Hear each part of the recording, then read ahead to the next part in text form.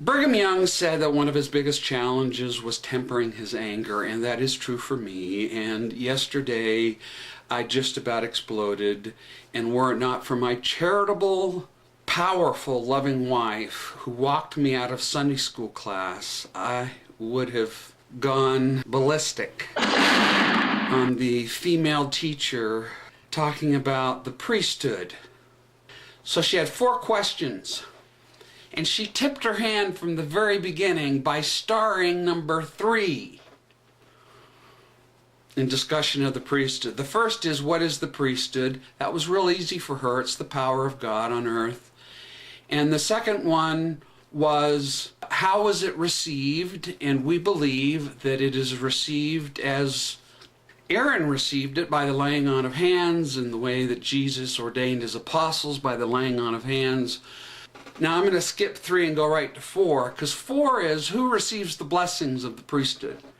Well, the answer is men and women, because the highest ordinance in our church is being sealed for all eternity.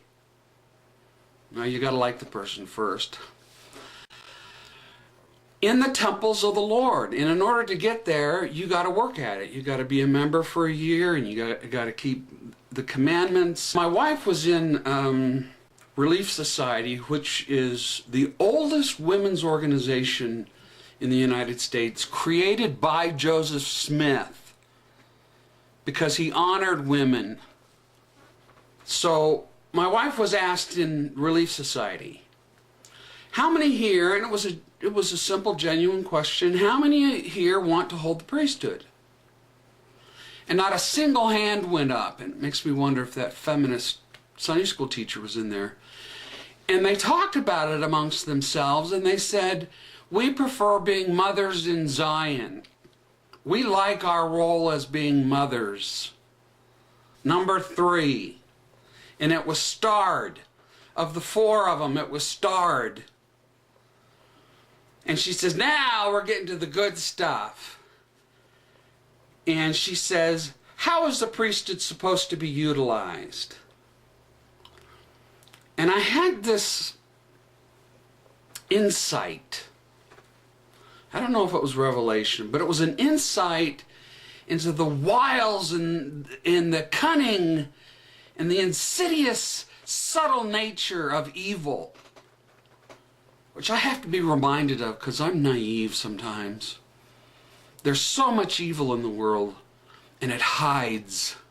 In Doctrine and Covenants, which is one of our books that came from Joseph Smith, no power or influence can or ought to be maintained by virtue of the priesthood, only by persuasion, by long-suffering, by gentleness and meekness, and by love unfeigned. Okay, now any man, I'm 60, who's had the priesthood for any length of time, has heard this scripture 1,000 times. And we know that it is our obligation to use this priesthood in service, and that our heart has to be right with God. That we can't be doing things out of our ego and out of being able to boss people around, but it's got to be about gentleness and meekness and respect and love. Unfeigned means you're not just pretending and you're not just being nice, but you really do care. And by persuasion and long-suffering, which means you put up with a lot, and you do it willingly and happily, and I do because I'm happily married to a woman who loves me and respects me to the same degree that I love and respect her. It's equal. There were a lot of men in our priesthood session, which is all men, who were going into this sort of apologetic thing, because we were talking about the priesthood as well on Sunday, about, oh, how I need to have more long-suffering and gentleness, and oh, I just need to be a better priesthood holder, because we were talking about how ordained women is going to be protesting in the next general conference. And I said, now hold on.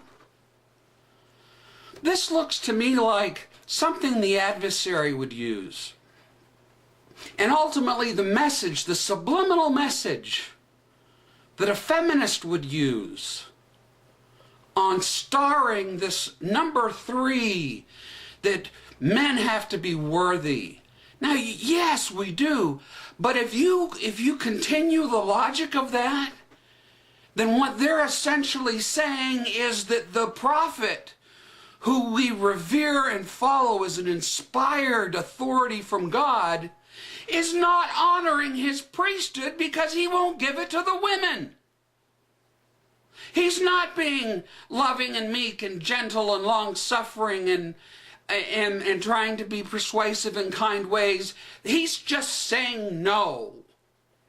And so they're using this little subtle thing of guilt that a lot of men feel or should feel, because there's some of you out there who are overbearing to your wife and you're doing it in the name of the priesthood and you know it's wrong and cut it out.